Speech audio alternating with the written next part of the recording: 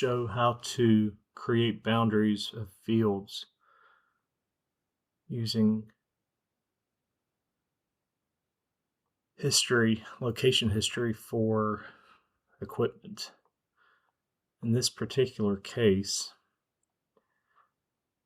since I don't have any information based upon field names or farm names or locations, I only simply have knowing the fact that a tractor named Big Rig 295 from March 1st through around March 14th was used to create sweet potato land. Without an accurate field name and location, I have to use a location history, which is done simply by applying. Once you log into John Deere, if you go to Map,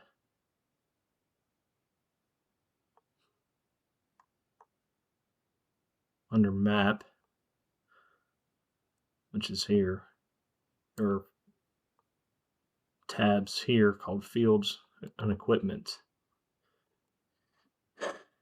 I've been given the name the 295. So under the search bar, if I go to 295, this name pops up. I click that name.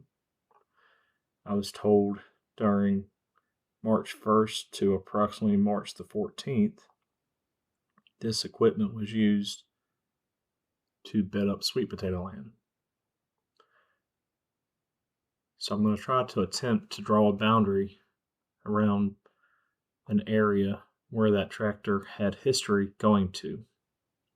And just so that you know, this is only done on the website. This cannot be done on the app. So once you have clicked your equipment, applied a filter of March 1st to March the 14th, you can zoom out, see all the boundaries that exist currently, and then also the only green location history is the one for the 295. So sometime on or around March the 1st, it left Snow Hill and went through LaGrange and proceeded to fields close to the Neuse River, just west of Kinston. When you zoom in on the fields, you can see some fields there's actually boundaries already drawn, and some fields not. This can only exist if information is given or obtained initially for this to occur.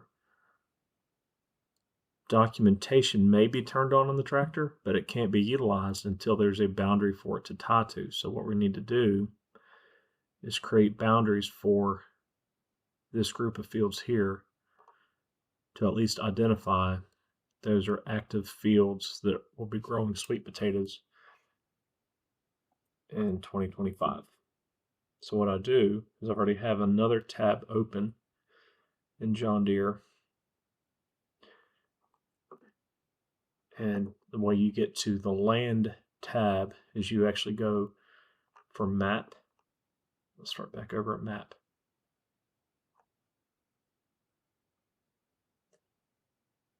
If you go to Setup,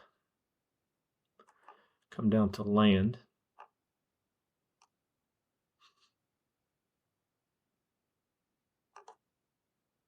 then you have to toggle back and forth between where this boundary is, or I'm sorry, where this location is, to try to identify it on this map here. Since you can't see it, you have to kind of go back and forth. But again, I know that it's south of Snow Hill and west of Kinston, so somewhere in this area here. So I'm going to zoom into this area, and then from there, we'll kind of, I think it's these fields here, kind of go back and forth to make sure, confirm I zoom in a little bit more. Once I've kind of identified them, I'll pick out some features, maybe like these grain bins. Very nice looking driveway. Let's see if I can find that on this map. So again, I'll zoom in. That looks about right to me.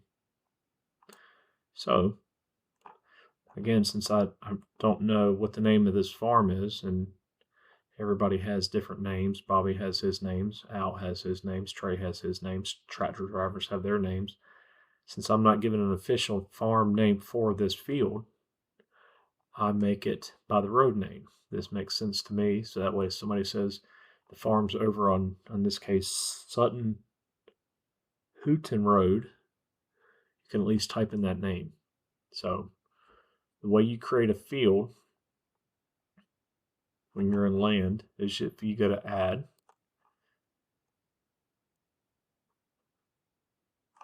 select the client, which is right now Ham Farms 2025.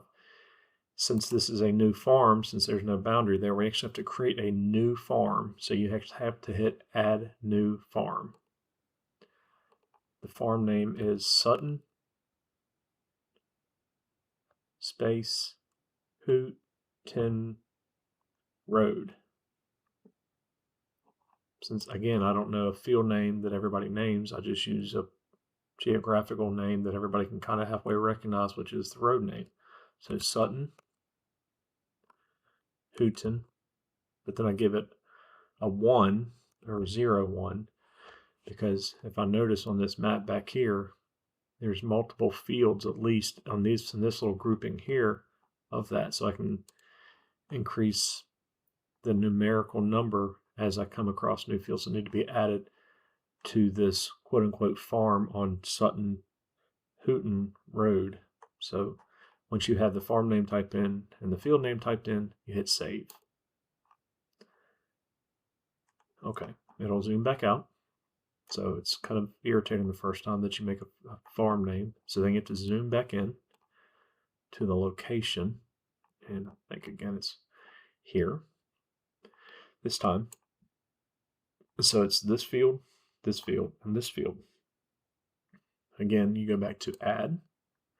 This time though, you're going to actually hit boundary and hit next. On the left-hand side, you notice boundary name. I type in the year because that would be an identifier of the year it was created. I think this would be helpful in future purposes to understand when maybe this field was utilized, or at least when the boundary is made. Can possibly help us understand certain aspects. So once you type in the boundary name, you come over to your tools on the right hand side and select draw polygon. So hit draw polygon, and you can zoom in as far as it can go. That's about as far as I go. Field boundaries do change with operational equipment as they till land. They're not static, in other words, so they do change the boundaries. So I think the boundaries can fluctuate, meaning that if you don't get it quite right, and it should be okay, but I think as long as you are broad enough to encapsulate any potential boundaries or operational information that would be collected in that boundary, you should be good. So in other words, draw a larger boundary than maybe the field actually is, just a smidge. So if I kind of pick an area to draw from, so I typically started in a triangulated area, meaning that I can go this way or I can go this way. You just left mouse click on the field, scroll over, try and maintain a point click every time you see some sort of curve or change in the boundary. This is a good example where there's a slight curve.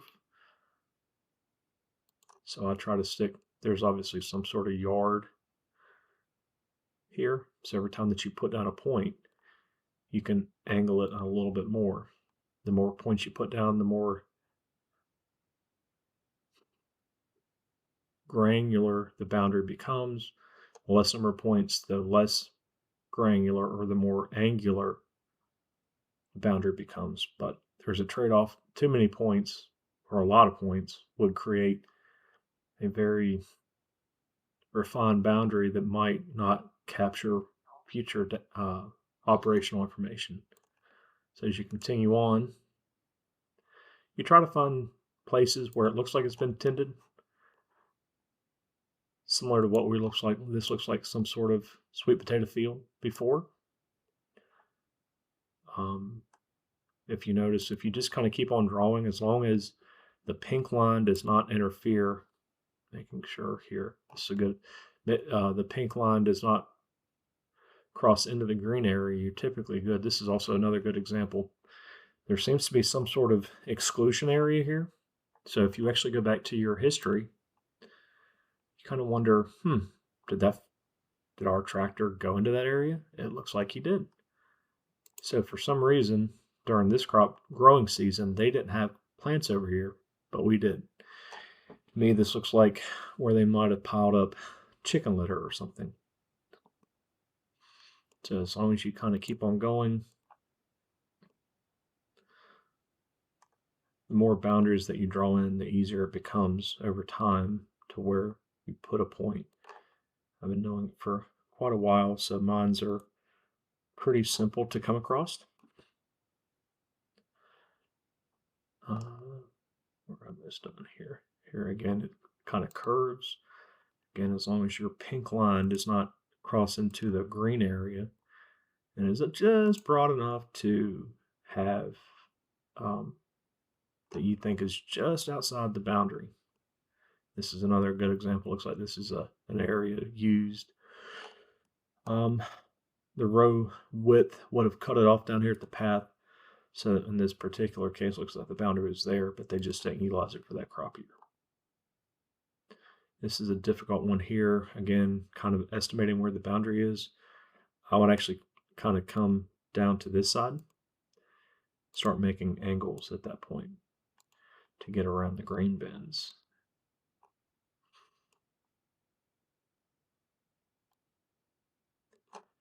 As you continue, looks like there's a fence that you can kind of use as a boundary marker. And we are back to where we started. Now, when you get back to where you started, if you feel that you're done, once you hit on the initial point, you actually get a finger pointed at the initial point, and if you just hit it, it'll close the boundary. Zoom out.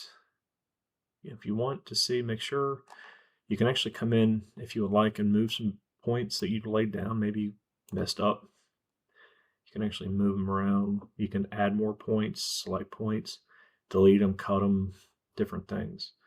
But this is the basic way to draw in a regularly shaped polygon, which is what this is. There's also other tools for circles and just rectangles. I wish we actually just had rectangular fields or maybe even pivot fields that we just tended to pivot the areas and underneath the pivot, but we don't. So we have to draw on the field boundary. Anyway, once you're done, just simply hit save. And there you go. You actually want to see it back in the map. You notice it doesn't show up here right now, but if you actually if you just refresh your screen,